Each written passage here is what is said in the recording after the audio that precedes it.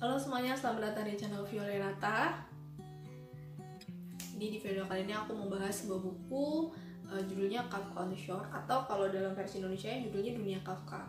Nah, novel ini ditulis oleh penulis terkenal Jepang ya, Haruki Murakami Sensei. Buat kalian yang suka sastra pasti nggak asing lah ya sama Haruki Murakami Sensei. Cuma buat beberapa teman aku, mereka asing banget gitu. Haruki Murakami itu siapa? Novelnya apa? Gitu. Jadi aku rasa kayak sayang banget sih kalau kita nggak pernah baca satu novelnya dia gitu.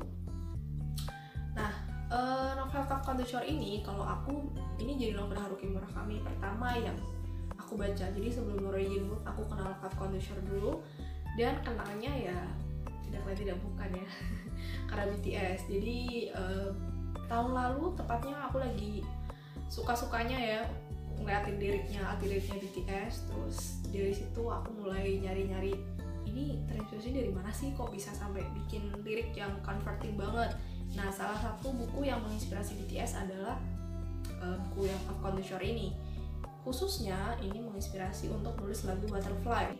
Kalau kalian perhatiin nih di lagunya Butterfly, partnya RM ya, di situ ada cuplikan Kafka on the Shore. Terus lagunya juga ya ibaratnya kayak mempresentasikan novelnya sih, tentang seorang anak laki-laki yang dia sulit membedakan yang real dan yang unreal kayak gitu. Itu aja sih FYI-nya.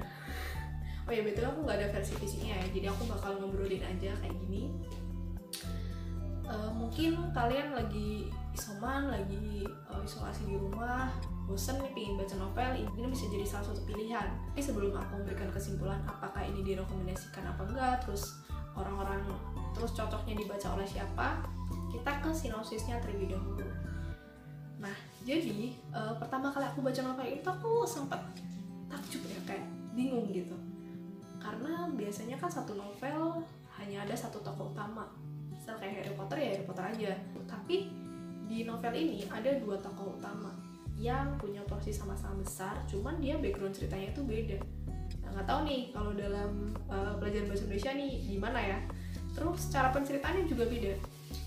Jadi satu tokoh utamanya namanya Kafka Tamura. Nah, Kafka ini dia anak laki-laki umur 15 tahun. Sementara tokoh keduanya adalah kakek Nakata, di umur 70-an gitu. Ceritanya kalau Kafka, jadi Kafka ini dia punya seorang ayah. Jadi dia tinggalnya sama ayahnya aja. Ibu dan kakak perempuannya dia tuh pergi waktu Kafka masih kecil banget. Jadi mukanya terus namanya Kafka tuh nggak tahu. Dan tinggal sama ayahnya itu bikin Kafka jadi merasa tersiksa. Dia nggak nyaman lah, intinya dia pengen kabur dari rumah. Ini dari sejak dia masih kecil dia udah cita-citanya adalah pengen bebas kayak gitu.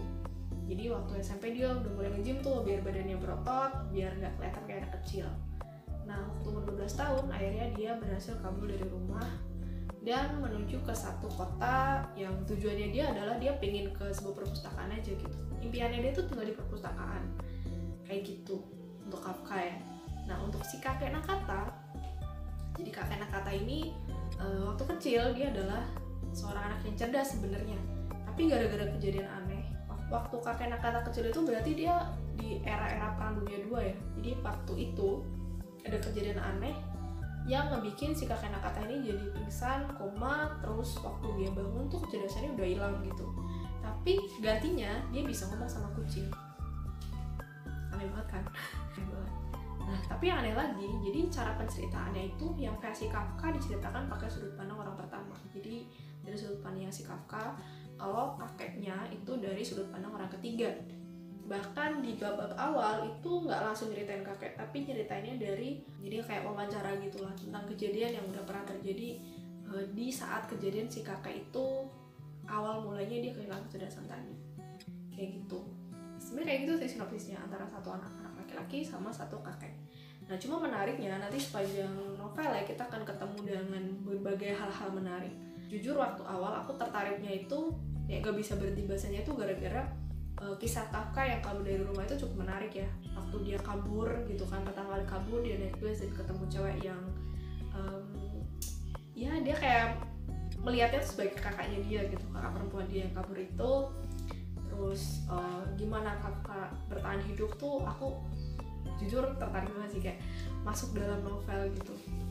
hidupnya Kakak ini juga cukup menarik sih. Jadi ketika dia udah nggak kerja lagi ya, 70-an tahun, kalau di Jepang itu orang 70-an tahun ada tunjangan, jadi sebenarnya dia nggak kerja juga masih tetap bisa hidup. Tapi karena kakek ini bisa ngobrol sama kucing, jadi dia kayak part time gitu, tugasnya nyari kucing. Nah kakek ini nggak tahu aja kalau part time-nya dia tugas nyari kucing ini justru bakal ngebikin dia ninggalin rumah gitu, ikut kayak berpetualang juga lah, ngelakuin perjalanan juga kayak si Kafka ini. Nah yang bikin menarik dari novel ini adalah sepanjang novel ya banyak banget hal-hal nggak masuk akal yang terjadi, hal-hal yang bikin penasaran kayak ini kenapa terjadi kayak gini, ini kenapa kok bisa, terus hubungannya si kakek sama Kafka ini apa, karena dua orang ini kan bener-bener beda ya, beda usia, beda latar belakang, terus mereka juga nggak saling kenal tapi di satu novel, jadi harusnya kan ada benang merahnya itu kan. Nah tapi ternyata itu cukup terjawab sih di akhir-akhir, jadi kalian harus baca langsung lah biar aku nggak spoiler banyak gitu. Cuma satu hal yang mungkin bisa jadi gambaran ya, hal-hal aneh apa sih yang aku maksud dalam novel ini. Jadi ada satu kejadian ini waktu Kafka dia udah sampai di kota tempat dia lumayan lama tinggal gitu. Awalnya dia kejadian hari biasa-biasa aja gitu, kayak pagi ke perpustakaan, habis itu makan malam di dekat stasiun gitu ya. Cuma habis makan malam itu dia tiba-tiba nggak sadar, terus dia terbangunnya itu di hutan dekat kuil. Nah si Kafka ini nggak tahu kenapa tiba-tiba dia bisa ke situ, dia nggak ingat apapun. Yang jelas ketika dia bangun badannya dia sakit ya, bahunya dia sakit kayak kebentur sesuatu, terus di kaosnya dia tuh ada darahnya, dan darahnya tuh ngebentuk kupu-kupu. Ini kayak Kafka aja tuh nggak sadar gitu, ini kenapa terjadi, alasannya tuh apa kayak gitu.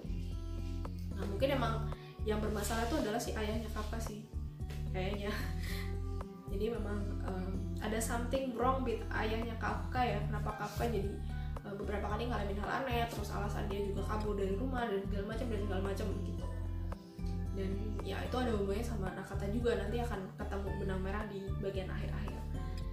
Ya kayak gitu sih novelnya. Ini novel fiksi, fantasi, surrealis, supranatural, jadi banyak hal-hal aneh, ajaib, gak masuk akal yang bakal kalian temukan di sini, tapi sangat menarik sih.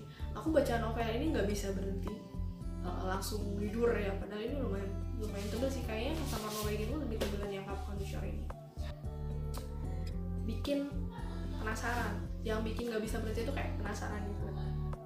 Nah apakah aku merekomendasikan buku ini? Ya aku rekomendasi buku ini karena buku ini tuh bukan sekedar novel picisan aja ya, di sini bahkan nggak ada romance unyu-unyunya sih, kayak ya Haruki Murakami seperti Norwegian Wood juga kan meskipun ada romansnya tapi sebenarnya utamanya bukan itu. Kalau di Kafka tuh kayak hampir nggak ada romansnya, dan percintaannya juga bukan percintaan yang apa sih, yang unyu-unyu gitulah ya.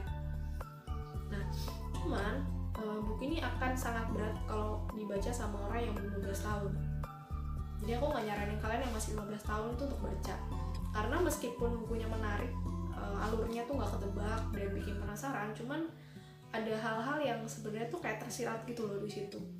Jujur aku aja kayak harus beberapa kali dibaca ulang bagian itu karena nggak paham ini apa sih maksudnya gitu.